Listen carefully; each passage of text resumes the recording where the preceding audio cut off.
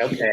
Good evening, everyone. My name is Sam, and on behalf of Book Soup, I'd like to thank everyone for joining us for our next virtual event with Louis Cannizzaro in conversation with Gregory Siff to discuss There Once Was a Girl Who Created a World. We'll be hosting more virtual events in the near future, and you can learn more about them by signing up for our newsletter on our website, as well as our social media at Book Soup. And our next event is scheduled for tomorrow at the same time, with Rob Halford in conversation with Corey Groh to discuss his autobiography, Confess. So that's a ticketed event. And if you'd like to join, you can check our social media or our website, and it'll take you to our Eventbrite. So tonight's question will end with a Q&A. And to submit a question, please use the Ask a Question button at the bottom of the screen. It's right next to the chat bar at the bottom, so you'll see it there. And to submit a question, if you see one on the list that you'd like for our speakers to answer, you can click the like button and it'll bump it up in the queue. And we will answer as many questions as time will allow. Also, please support Book Soup and our authors this evening by purchasing a copy of tonight's featured book, which you can do by clicking the green button below. And you will also get these one-of-a-kind hand-drawn cards with the book that they'll hold up right now. There you go. And you can only get those at Book Soup, I think. So if you would like one with your book, please, please, please click the green button at the bottom. It'll take you to Book Soup's website, and it won't disrupt the viewing, so you can do that at any point. And with that said, let me introduce our guest speakers for this evening. Louis Cannizzaro is an American poet, artist, and author. His work is in collections all over the world. He has had shows in Paris, New York City, Los Angeles, and Aspen. His work has appeared in magazines such as Snacks Magazine, Rolling Stone, Vanity Fair, and he was the cover artist for the European art journal Exhibit A. That's right. And this is where people would applaud if we were in store. American artist Gregory Siff is best known for his highly emotive style that merges abstraction, pop, and action painting. By using inks, acrylic, and spray paint, he creates iconic elements in the form of storyboards, capturing time and nostalgia. His works have been included in MoMA PS1's Rockaway, Vans Custom Culture, at the Whitney Museum of American Art, and in luxury fashion house Saint Laurent's Fashion Week 2018 collection. Gregory also collaborated with revolutionary fashion brand Pyre Moss, painting pieces live on the runway that are now archived by the Smithsonian National Museum of African American History and Culture. Most recently, he completed his artist residency at Cass Contemporary for his solo exhibition, Evidence of Life. Paintings from this show were unveiled first at the Tampa Museum of Art during lectures about the importance of artist residencies and the impact of art on our collective culture. So really excited to have these two together.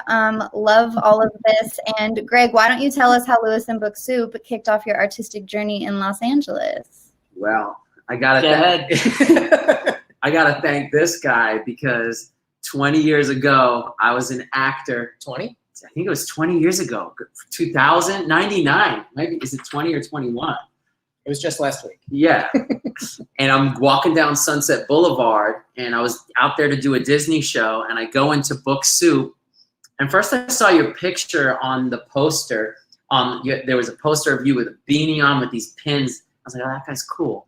And I go in, and I see these postcards of these paintings, and I just start grabbing all of them. I'm like, oh, this one's great, and this one's great. And they're beautiful stories about your girlfriend and about love. And I didn't know anything about love yet. But I have to thank you for introducing to me what love is. And then someone from Book Soup came over and said, oh, we have more from the author. The artist has signed copies in the back.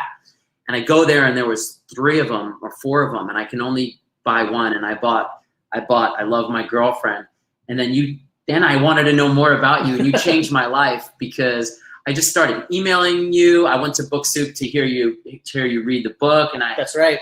And I was like, Lou, I don't want to be an actor anymore. How do I do this? And what was the advice that you told me? Think of the craziest thing and do it. It's very simple. And now that craziest thing has become from your self-published books, right, to becoming a full-fledged published author. And this is my favorite out of all of your books. And it's beautiful. And like, this came out yesterday? Came out yesterday, yes. Yeah. So this isn't your first book, obviously. No, I had 4 books that I self-published. And I got a call from a friend of mine, Courtney, from Andrews McMeel, who I hadn't seen in over 10 years, but she used to buy my books when she lived out here. And she moved to Kansas City, Missouri, started working at Andrews McMeel, and called me and said that they wanted to publish my next book. I never approached a publisher before because I didn't know how to describe my own books. I just used to say stick figures and words, which didn't get you too far. So I just I self-published 4 books on my own, and then they said, Patty Rice said, we want to get a new book from you. How long will it take you to do a new book? And I said, 6 weeks. 6 weeks. 6 weeks. So I did what I always did. I waited 5.5 weeks, and I did it in 4 days. What? Yeah, but I had the poetry already done. It was just a matter of putting all the art together. So wait, what's the title of the book? And is this the cover? This is the original cover. Yeah, I'll hold that up. And this is the book. There once was a girl who created a world. The idea for this happened all at once. This came a fully formed idea. A lot of times when I get an idea, it comes, but it has a lot of personal stuff with it. So I treat it like a sculpture, and I kind of cut out all the personal parts. And yeah, what's left is, are you seeing that backwards? Which is cool as well. Sleepless on a summer. No, we can see it forward. You see it forward? Oh, cool. So this was a much bigger idea, but Well, what is that I cut out process that you say, like, this one's the fire that you were? Oh, the fire and the smoke. So this would be the fire in that it showed up ready to go.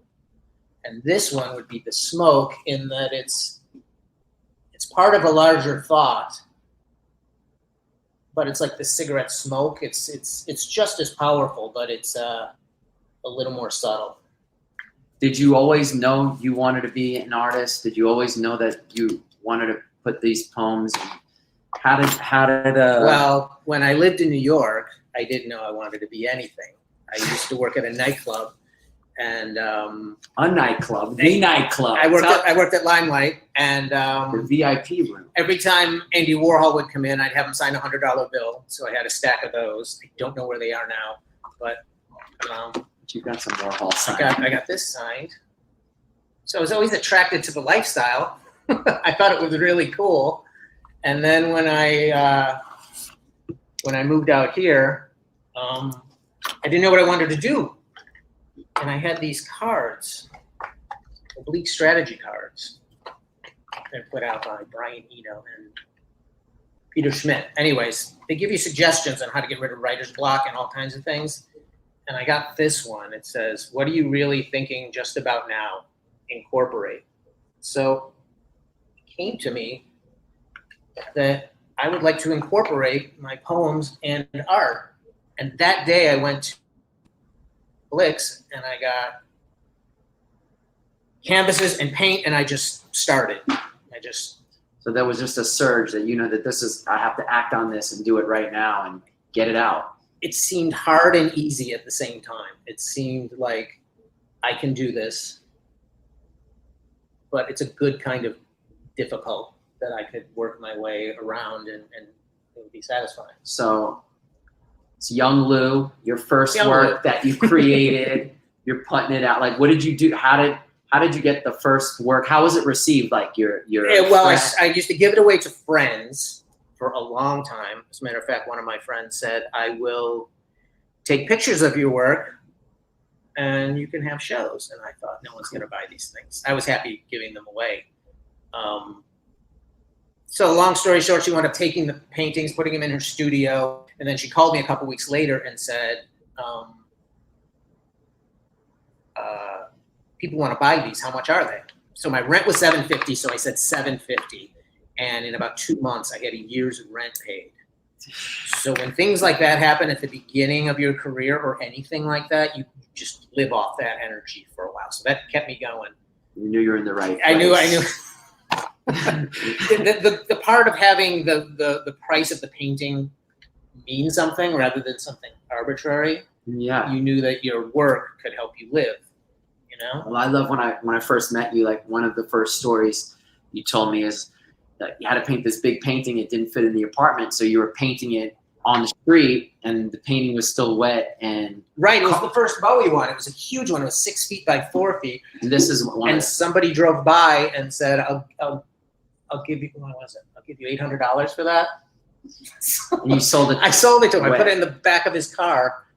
Yeah, it was a car for, yeah, it was still wet. I'm not even sure if it was done. Well, it was done then. It was done. So you have a very big history with Book Soup. You have a mural that's up in there right now that I had a huge mural, and they painted over parts of it, and there's a little bit left in the corner. Still on alive. the west side. It's a girl, and there's some text around it. So maybe there's another mural coming up in Yeah, there. maybe there's You know, another maybe mural. there's another mural Yeah. coming up because this is a very uplifting book. I mean, it showed up today, and so I wanted to ask you, before you were published, what was your first published piece besides the self-publishing? This is interesting because I knew I had something, and I wanted to take it out for a test drive, just to see how I could, like, you know, think of the craziest thing and do it. So I wanted to see if I could get, well, I'll show you what it is first. That's great advice, by the way. We're going to get into more of that later, some Lou advice.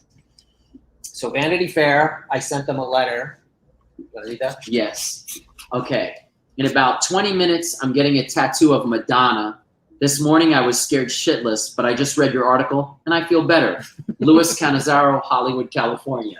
So I didn't get the tattoo, and I must have been reading the Warhol Diaries because it's celebrity enhanced, and I got it in, they called me up. My biggest fear was they were going to want a picture of the tattoo, which I never got, of course.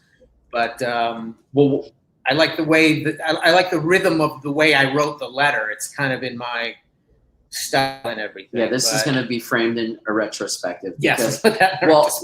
What I love about it is because, like, the way that you put this into Vanity Fair, two things came true with this. Number one, tons of, I mean, when I followed you in the beginning on MySpace and following photos, you send out those newsletters of, like, oh, right, these beautiful girls with pink hair and tattoos. Your work was tattooed. Your paintings, I mean, this is on arms and backs and yeah, that came out of left field. I would get photos out of nowhere. Girls that here's the difference between guys and girls. Guys will pay me for a design and take you out to lunch and talk about it and where should it be, blah, blah, blah, blah, blah, and never get it. I've got photos from girls, and this is 100% better. Just like from here to here, still bleeding. Hi, I live in Boston, and I just got this done. And there's a lot of those. But this is really cool, is that in one of your books, you did a piece that's hilarious and awesome. Madonna. What does it say? Do you have the? This is on the back of the book. Oh yeah, LA slides in ocean, Madonna safe, world breathes sigh of relief. So that painting, that was a postcard. It's a postcard into a painting in Madonna's collection. Now, how did that happen? Well, they called me from Maverick when she had Maverick Records, and they wanted to buy the original because people keep sending them the postcard, and they were wondering if the original was still for sale. So again, it wound up being a Madonna. Yeah, so now you're in the Madonna collection right next to Jean-Michel Basquiat, which is I don't know where it's placed, but it's there. Yeah, I think that's really awesome. That's legendary, right? Like, so that's what's cool because I love Jean-Michel Basquiat, but like I love Louis because he's my best friend. Like your best friend is a legendary artist, and like we'll just like send each other text messages, and every text message that comes through, what you type always looks like a painting, or whatever you say comes out. It's just all of it. You feel like you're in a New York City downtown painting. Right. He came into the limelight once for a total of 15 minutes. He walked by me, and I said, "Oh, there's that guy." And he went up, and then about 15 minutes later, he ran out really fast. We used to have these candles on the tables, and I guess he took one of the candles and tried to light the curtains on fire. So they chased him out. Superhero. So are there any other, so we got Vanity Fair, are there any other unexpected publications? Yeah. Yes, Sam recalled this, huh? This is... Yeah, my friend, Nicole Panter actually had a friend that was guest editing this magazine and said, send them some. So I just sent her postcards, never seen the magazine before. And they wound up putting this image on the front. Now, if you'll notice, this image is a lot different than anything else I've ever done, because another one of these cards says, go to the edge once and then find a comfortable middle. So this was my edge. And when I made postcards of this, it was the most, all the other loved ones, this is the one that sells the most. I've got pictures of people that have gone to Amsterdam, Sweden, Italy, and they see them like in tattoo shops, and they've been all over the place. I've seen that on T-shirts or the fashion collaborations. That this is a iconic image. Yes, I've talked people out of getting this tattooed if they're young, because I could see that being a bad idea after a while. That's cool. So, is it true? I know she said Rolling Stone. Is it true that that Jack Nicholson was like one of your first canvases that you painted on Jack Nicholson? Right. My friend Samantha that was doing wardrobe styling on the shoot for The Departed had Jack Nicholson in there, and she said, do you want to paint on a shirt? So I took some stage blood and then I put some eggs in it so it would be runny. And I painted the shirt, and he came in and he tried it on and it was great. And then I was leaving and they said, oh no, will you paint on Jack's face? So I went in there and there he was, and he had glasses on. He was in a barber chair, and I put my hand in this goop and I put it on his face like this, and it made it to the magazine. It was in the inside. Rolling Stone. And I took the shirt, so I still have that. Was he intimidating? No, he was really nice. He was really cool. Oh, good. No, not at all. Not at all. He was it was his idea to paint his face. That's cool. I'd be nervous. I'd be nervous with him. There was raw eggs in it, though, but that's secret. It was fresh raw eggs. Well, you created that paint, but you also you created your own color on the Pantone. You made your own paint. I did powder French blue, which is this right here. Oh yeah, this right here.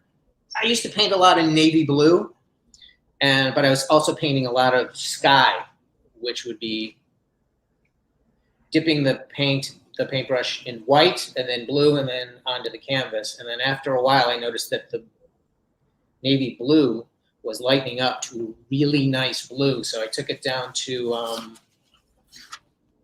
not Home Depot, what's the other place? Dunn Edwards. Dunn Edwards. And they scanned it and they made me a gallon of this. And they call it powder French blue. And whenever I need a new gallon, I call them up and say, I have something that you gave me 10 years ago when we did that show together, Adore. Oh, that was a while ago. That was with at the 360 Atelier with D. What did he say? Well, I'm going to tell you, but Lou and we both painted doors the whole day on Melrose, and it was such, we were like, wow, what a great, we sold paintings, we met so many people. There was hundreds of people at that show. And I was like, this was in the back of Lou's truck. And I said, Lou, I just love that color. I love what you did. He goes, here, give me that. And he signed it. And on December 4th, 2010, hey, Greg, we showed the F up.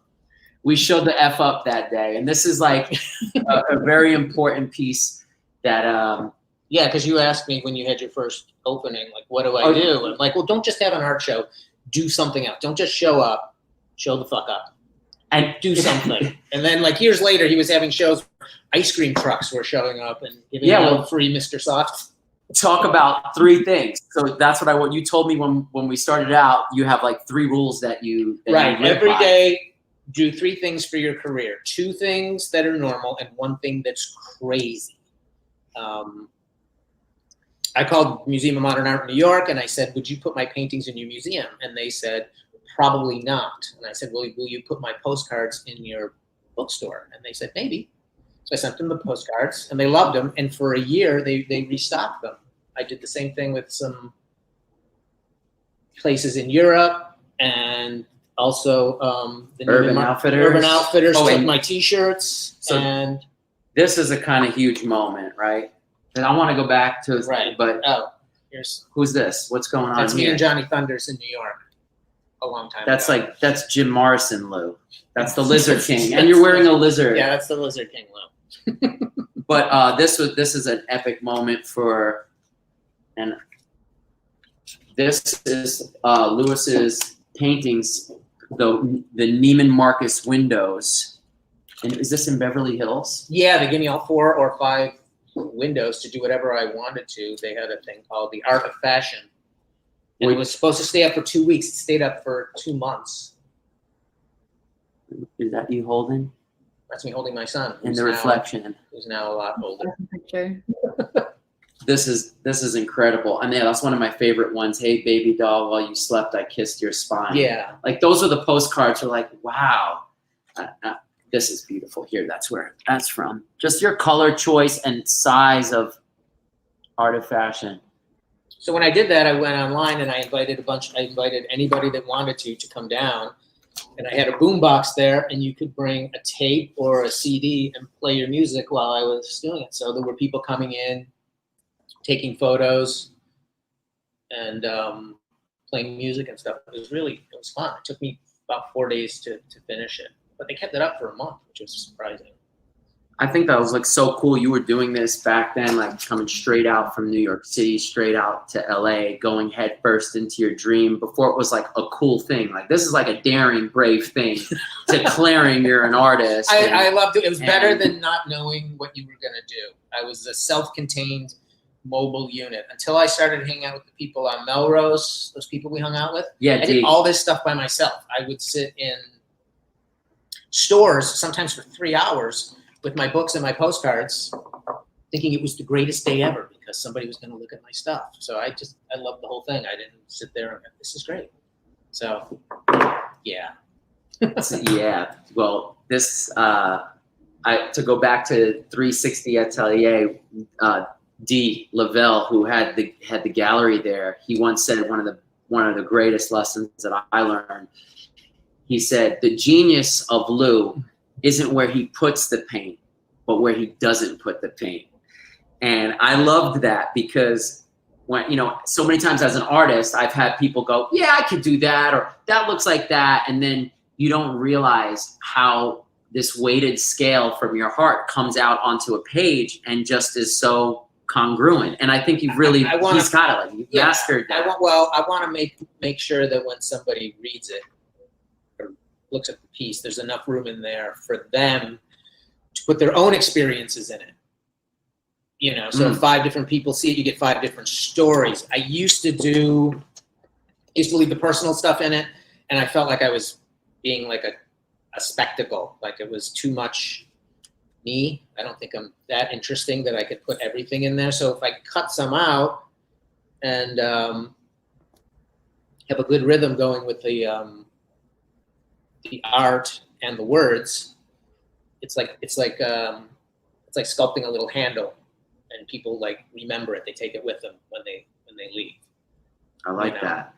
Somebody once bought a painting and said, I need to have this painting. I don't even know if I like it or not, but I can't get the words out of my head. So that was a good rave. Oh yeah. So let's get into there once was a girl who created a world. What is the question you get asked most? Oh, who is it about?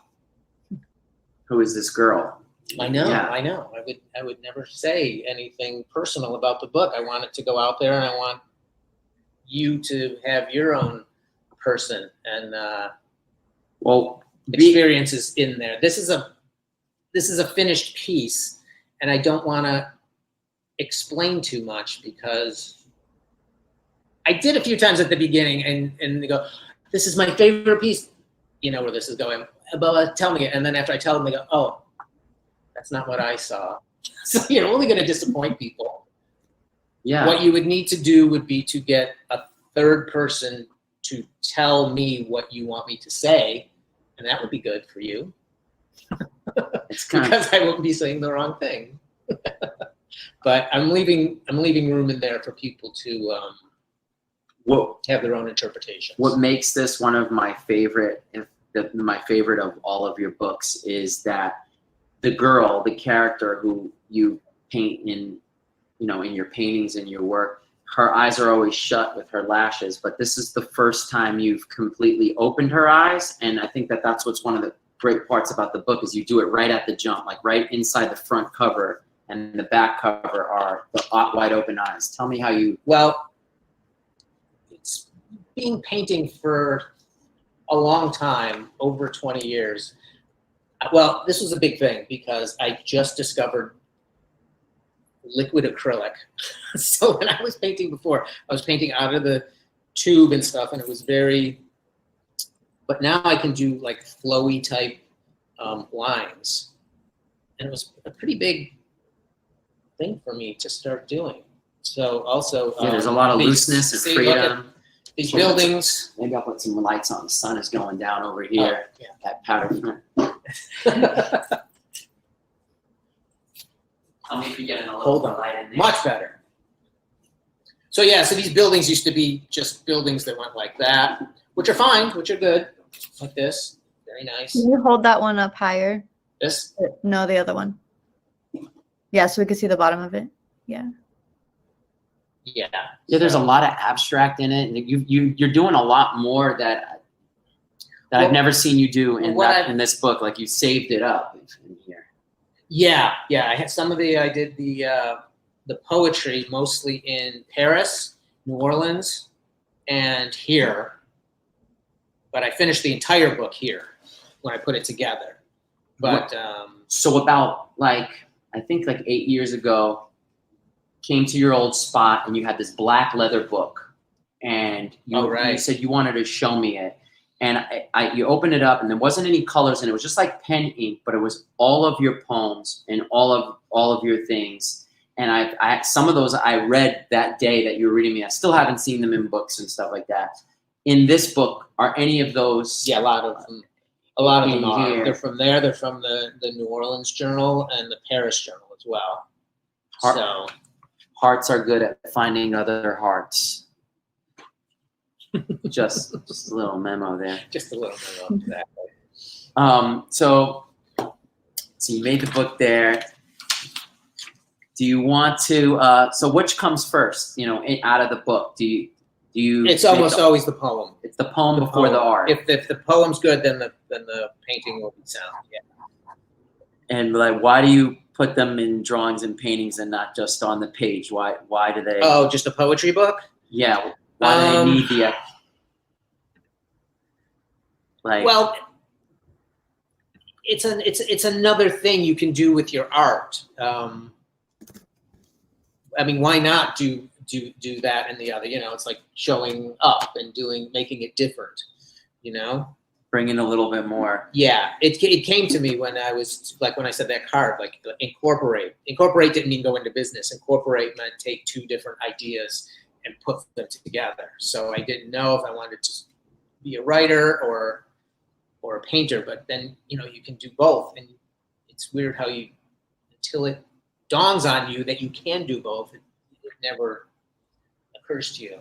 You told me about going to a script library and right about. I don't read a lot of poetry, but I used to go to the script library on Cahuenga or La Cienega, or maybe Fairfax. Anyways, I love reading stage directions. They're very concise. They don't have a lot of fat on them. They're very. I love the rhythm and the way they're. I just love the way they're worded.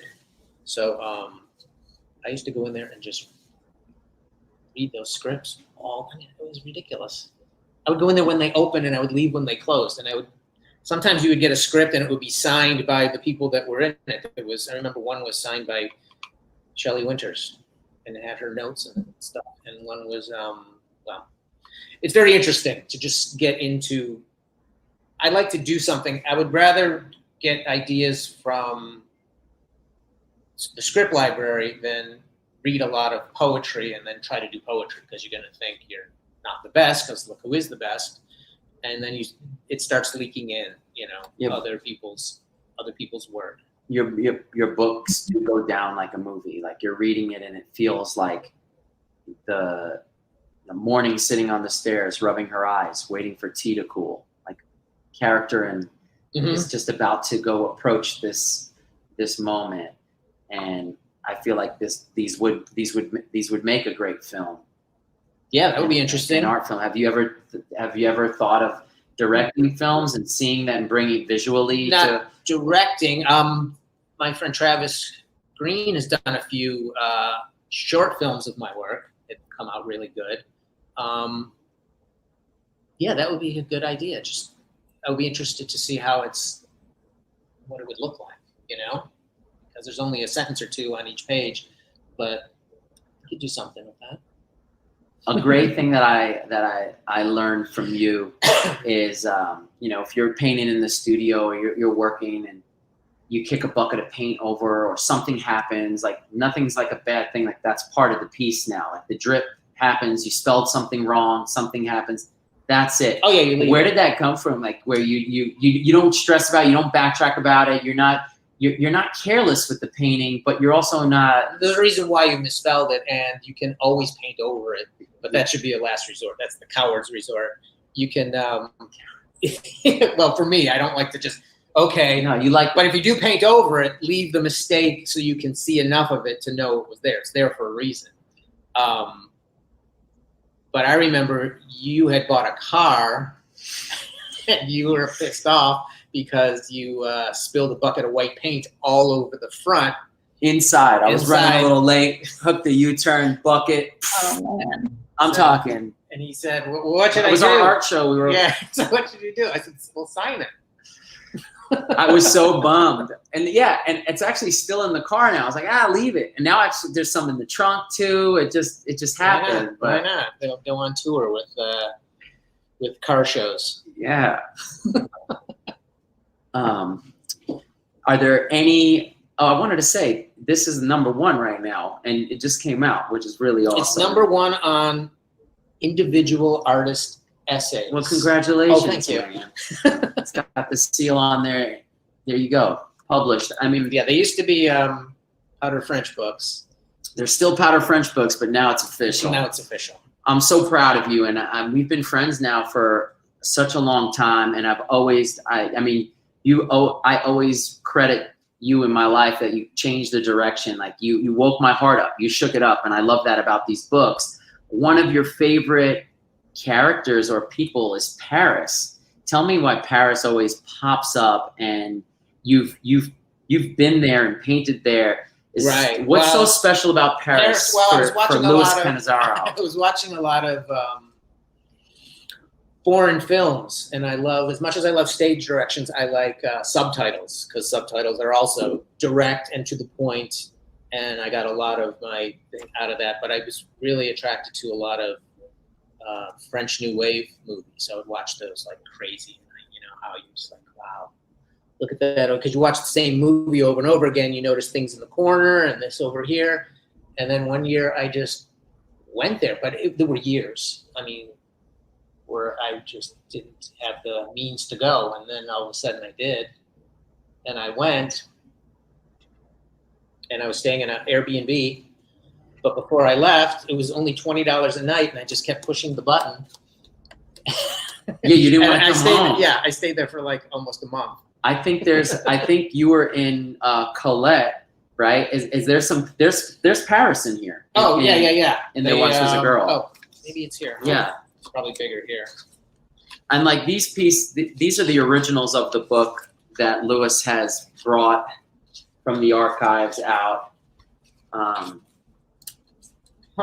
Well, show the one from the... Yeah, it's the Colette. It's the receipt where I went and bought some water. They had a water bar.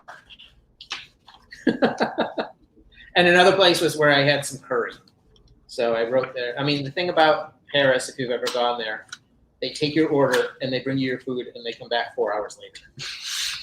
Which is good, because you could write a book during that period. Yeah, exactly. By the time they're back, you got The Girl Who Is Sunday.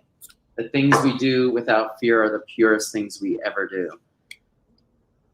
I'm looking forward to when we do the big full-on book reads back in Book Soup. This is such an optimistic, loving book, and it's like coming at a perfect time where everyone needs it. I feel like when it hit and it goes down, it just the world is a good place and it's full of love. And yeah, I'm looking for the receipt, but I guess you're gonna have to get the book. Here. Oh yeah, Right here. you guys can pick the book. That's my receipt. And there's another one down there, and that's a Metro thing. Yeah, your palette is very. It's a short palette from Paris blue, powder French blue, blue, red, yellow, black, white, pink. Right, I limited myself to just these colors that are on the cover for most of the book. I think there is some green in there, but I wanted to.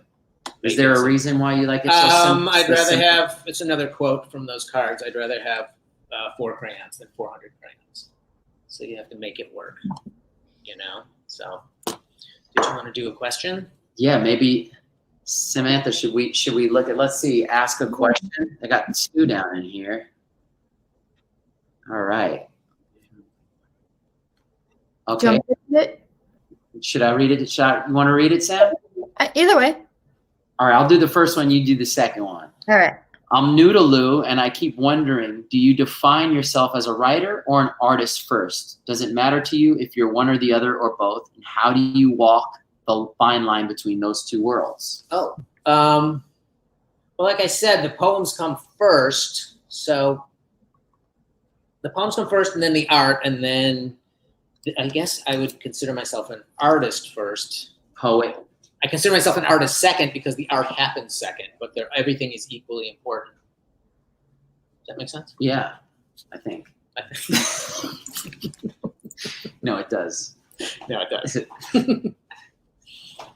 All right, we got another one over here. These guys are coming in. All right. So this one's from David. Your art has a strong, distinct voice and style. How long did it take for that to fully form? When did you realize you were expressing something honest that resonated with yourself and others? Oh, well, it was a long process because I had a ton of work in my apartment that I just kept to myself. And then like art shows and everything that happened mostly happened without me going for it. I would go into a bookstore or a restaurant. This was in the early days, and I would just question about how they did the what was the process of doing it. And more times out of 10, it would be, well, the next artist dropped out. Do you want to have a show? So it was nothing I was just asking, and then if I go for something too hard, it's I don't know. It usually happens, like with getting Anders McMeel to call me. Had nothing to do with it. My deal is I just want to put as much art out and then see what happens without any expectations. When did you really expect things to be? Just through people's reactions.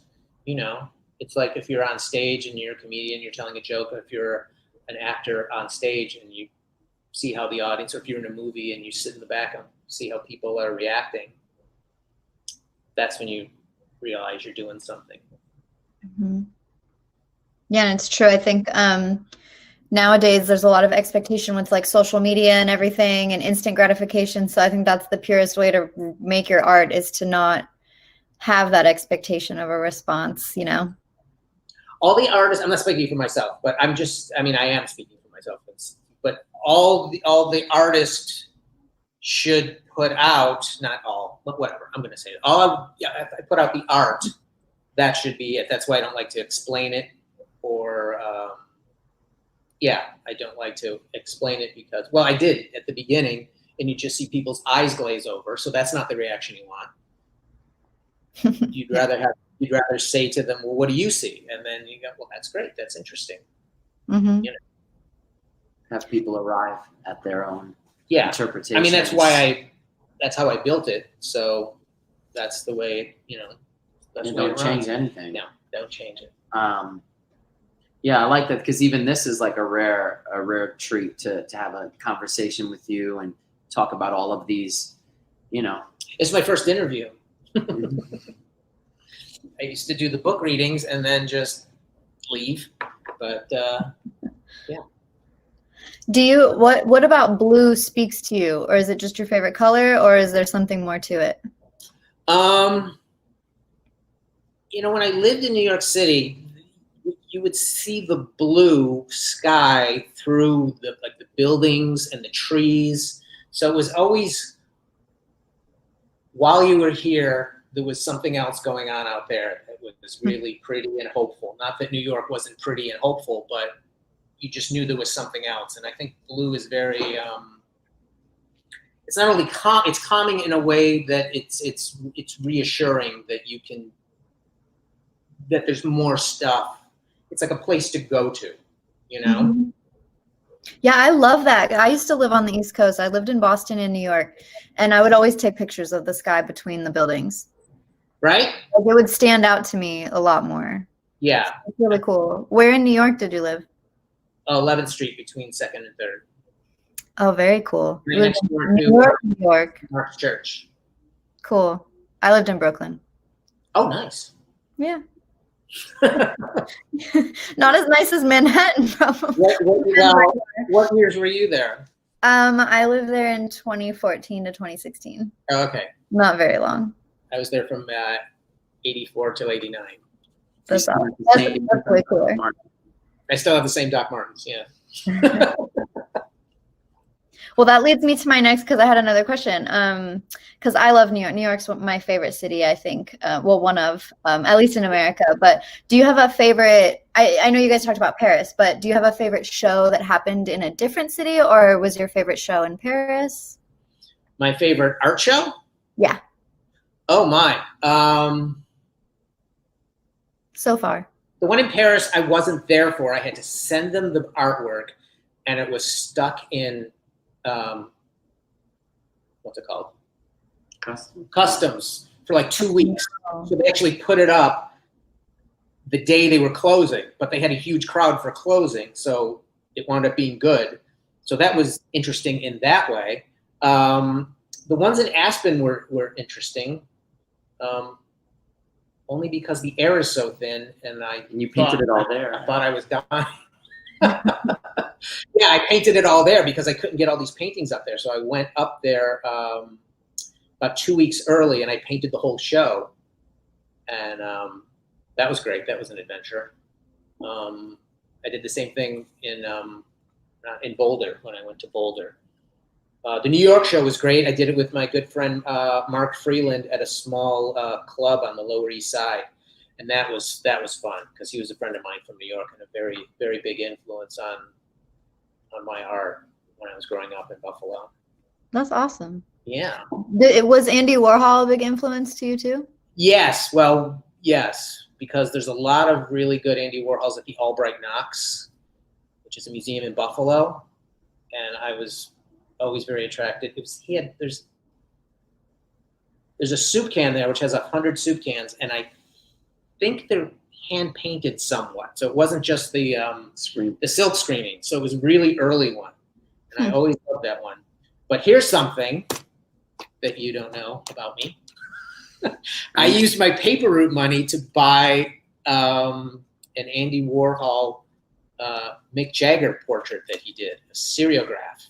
Signed by Mick Jagger and Andy Warhol. A friend of mine, Jennifer, that owned a record store, was going there. Her brother was going there, and said, Andy Warhol and Mick Jagger are signing these portraits that Andy did. Do you want one? Wow. So yeah, it was $500. My mother said I used to sit there and look at it like I was watching television. Do you have it with you now? No, well, it's back in Buffalo. Cool. It's worth like. But I still have it. Yeah, it was I got it for $500 framed. So Andy's one of your heroes, Mick Jagger. Oh yeah, well Keith. But Keith. But the difference between Andy and Jean-Michel was with Andy Warhol, you never saw him work, so it was hard to get your mind around how it went from his mind to the page. there was no internet or anything, and all the pictures of him, he was standing next to his work, but he had all this product and stuff. But with Jean-Michel, you could see him working. He was in Patricia Field's window, drawing on shirts and stuff. It was very hands-on, and you could be like, okay, you just do it. You just go get the paint and do it.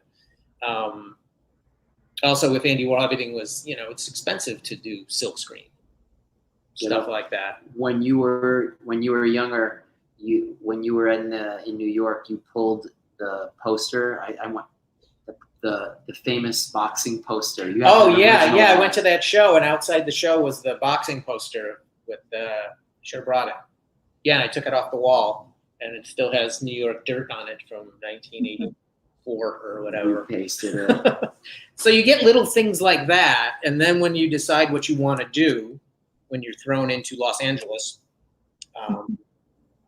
you kind of look in your own backyard and see what you have already, and see if you can make something out of it, rather than, well, first I'm going to do this, and first I'm going to get this experience. You can stop right where you are and say, what's in my toolbox right now, and use that stuff. And then you'll collect on the way, you'll collect new experiences and new tools and, ideas. But there's no reason to wait before you start. Was there a time where you were only writing for a while and then you added the art later, or did you always do them hand in hand? Yeah, when I was in New York, I used to write. I had a notebook. I always wrote, and I didn't know why, but I was writing it. I was keeping a notebook. And then, like I said, when I came out here, it just kind of dawned on me I wanted to try art, but it seemed like such a huge start in that I was just thinking I want to be an artist. Which is like saying I want to play guitar before you buy a guitar. So it occurred to me, like with that card I showed you, to integrate the words with the paintings. So I just started off by painting the poems, and then I started adding buildings and stars and things like that. And so it was a natural progression. Yeah, I'm curious because I write poetry, and I've written poetry for years, and sometimes I would feel this like frustration of it doesn't feel like enough and I need to add something to it. So I would think like music, or because I can sort of play piano, so I'd be like, oh, I should put music to it or art to it too. Did you ever feel that kind of like, oh, it needs more, or you kind of just said it happened more naturally? No, it definitely felt like it wasn't good enough alone. I mean, a lot of this stuff is one sentence, which if it was this says, I love looking over and seeing you there, which would look cool on a just typed out. Yeah. But this looks better. I like the colors in that one. Yeah, that's got green in it. That's the one time I allowed myself to use green. But yeah, I also love to do, when I do book readings, I've done a few where I've read, but I also like to have other people read them, because I like to listen to how they read the words, where they put the emphasis. Yeah, that's cool.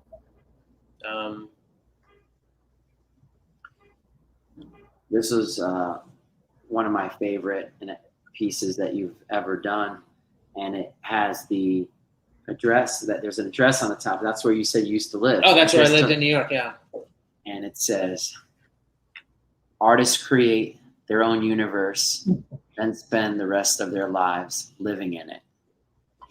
Seems to me that you've done that. Yes, that's one of those ones that gets two reactions. One is like, oh, that's great. And the other one is like, yeah, that's the truth. It is the truth. So it's either a happy thing for some people and a not so happy thing for other people.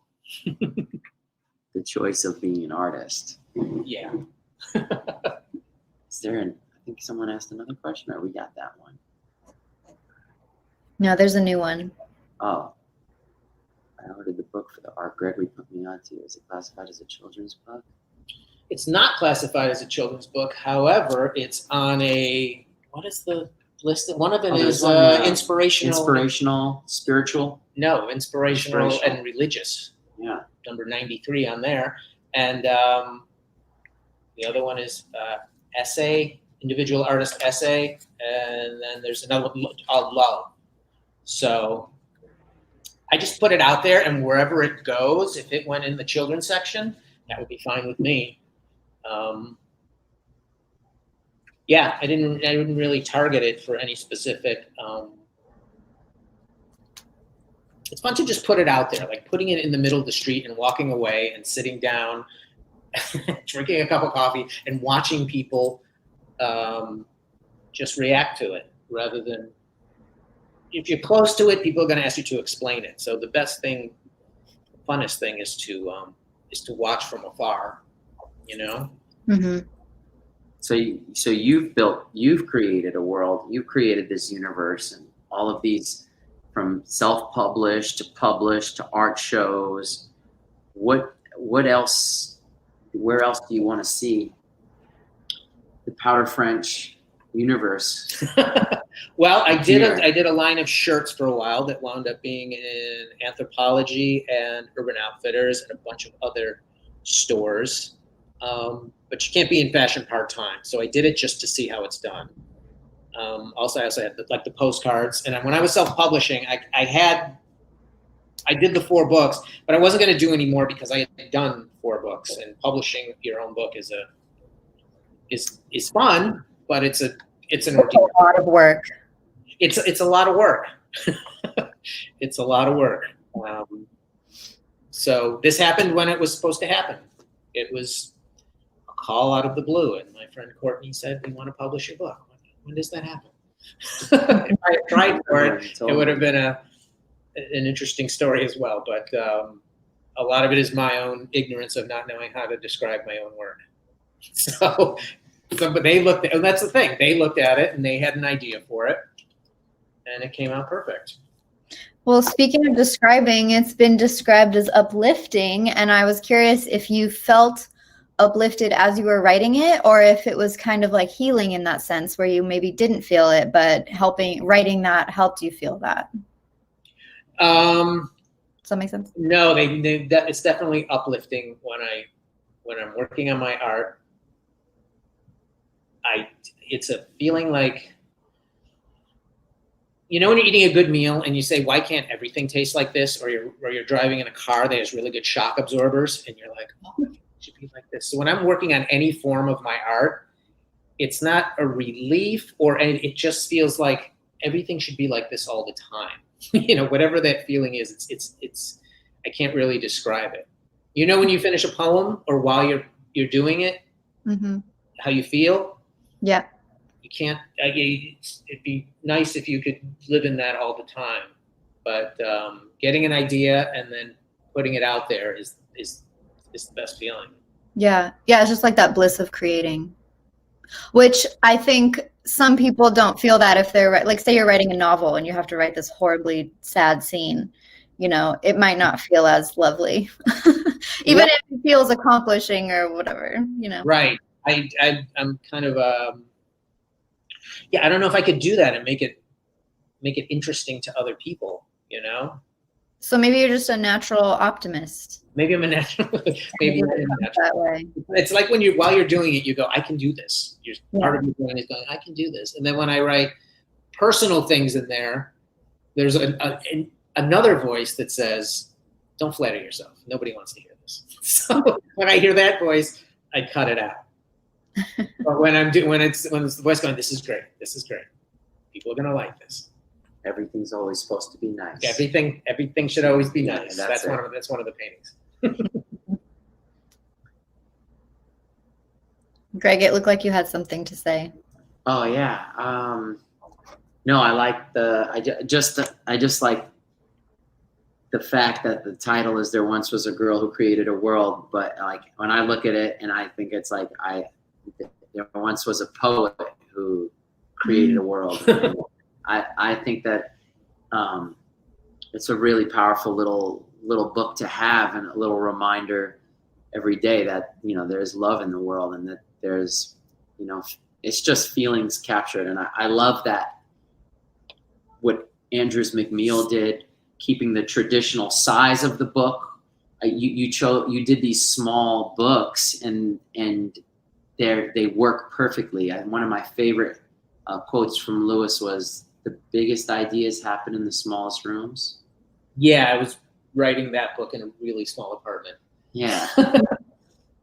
Well, I think that the size of the book also good. You could put it in your size pocket. of the book. You could read it to someone on it. It just It was always, people love the size of the book. How I can carry it in my purse, I can keep it in my pocket. But when I started out with the first book, it was all I could afford, and the binding was terrible because I could only afford a cheap binding, and the pages would fall out. And then I would get emails that said, "Oh, the pages fall out. I hang them on the wall." So everything is good.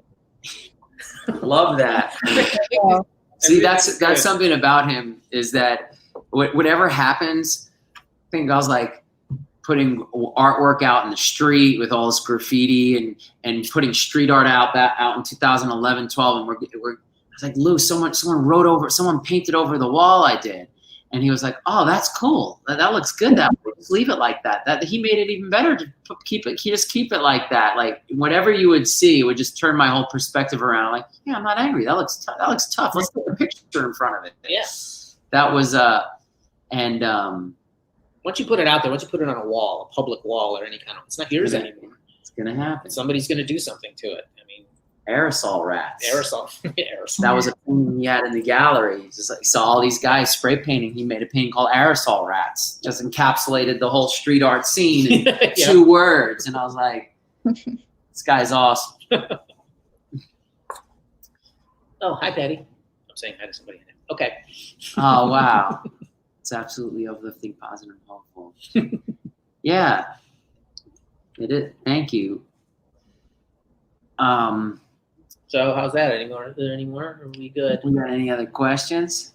Yeah, if anyone has any last call, we're almost to an hour, but Wow. we have time for 1 or 2 more. Any questions? Because this is a rare treat to have. Oh, we got one. All right. Let's check. Do you see it? From Pascal. Hey guys, Lou, your words and artworks are so perfect together. When you write, do you start to see the painting? Yes. Yes, I do. Yeah. When I get almost done with it, I can start to see the painting. It starts bubbling up. It comes out of the fog, out of the smoke. Once you get started, it goes by itself if you're open to it. Definitely. Once you get started. Sometimes it's hard to get started because you think it's not going to be there, but it always is. I don't believe in writer's block. You just got to get started and go. But I'm writing, poetry. So if somebody has to write, a 1,000,000-page novel on the Civil War, it's going to be different than. I'm just waiting for ideas to come in. Do you find the poetry just comes to you just like the art does? Like they come to you and you write them down, or do you ever sit down and intentionally write a poem? No, that's never good to sit down and intentionally try to. Although, but if you could just, sometimes you catch it out of your peripheral vision when you're walking down the street, you see something, especially in New York, you could see like the corner of a building and it could just spark something like that, a corner that 1 million people pass every day and you see something on it. Sometimes you mishear something somebody said. So technically it's original because you heard it wrong. It comes from everywhere if you're just open to it, Yeah, that's my favorite thing about poetry. It feels like, it's very rare that I would sit down and actually try to write something. If it's poetry, I feel like it just comes to you, and that like the muses speak, and then you have to write. Right. Exactly. There was Cy Twombly had a bench in his house that he would just sit in and look out over. He lived in Italy, over the fields and stuff like that, and he would just sit there till something happened. Yep. Meditating. Yep. Yeah. So.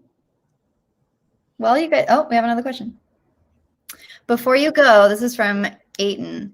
What's your last piece of advice to each and every person in this room? It's been awesome to learn from you tonight. Thank you to both of you and Gregory.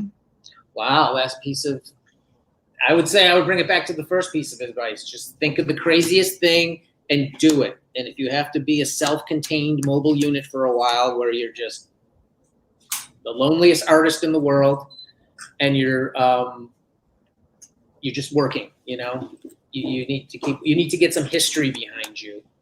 And then It happened. the best thing is to get some history behind you at the beginning. That way you have something to look back on. Yeah, that's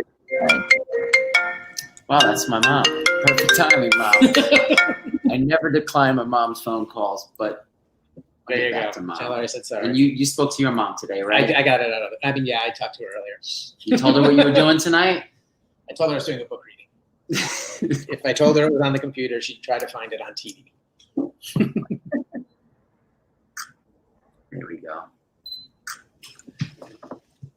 So great. So yeah, the That cool sounds thing good. about getting the book today is that you get it with an original piece of art. Your sign, yours, right? Right. The border is, these are made up by Andrews McMeel very nicely, but I hand drew the building and I think the star, and I colored it in. And on this one, I did the hearts and the text. This one, I did the text and the exclamation point. And this one, I wrote spaced and this star, but they're all hand signed as well. So you get an original And it's not piece of just- art and the book. Yeah, it's not just tonight. Oh, it's not just tonight. If you order one from Book Soup, you get one of these in your book. I love the eyes. Very cool eyes. Oh my gosh, I was so happy when I could do that. I didn't think it was going to turn out, but I write. Well, I'll just tell you this: I paint mostly with the joints of my finger, so it's like this. I keep it still. Yeah, no. Or I write like or like this, and then when I'm doing a big piece, I try to do my arm, but I'm not as steady with that. But you know, here and then like that. So this, yeah, these were done with like this. So Yeah. Yeah, I like the style of them. yep, I'm happy with the eyes. You killed it. Very good. You knocked it Well, guys, out. thank you so much for being with us tonight. This was really, really lovely. Thank you very much, Book Soup, and everybody. We just gotta have it for the history books. It's Yeah. all good. Oh, and this will be recorded for everyone watching. So share it around, and it can be Oh, wow. rewatched multiple times. So it will Where be up can- here. It'll go on YouTube also later. Oh, that's Oh, awesome. terrific! Wonderful. Yeah. Yeah. Perfect. Well, thank you so much, everyone. Please get a copy and those awesome postcards to come with it. And yeah, thank you again so much. And everyone have a wonderful night. Yes, thank you. Thank you very much. Thank you, Louis. Thank you. Good Good night. night. Are you going to turn it off? Yeah. Okay, good. Bye.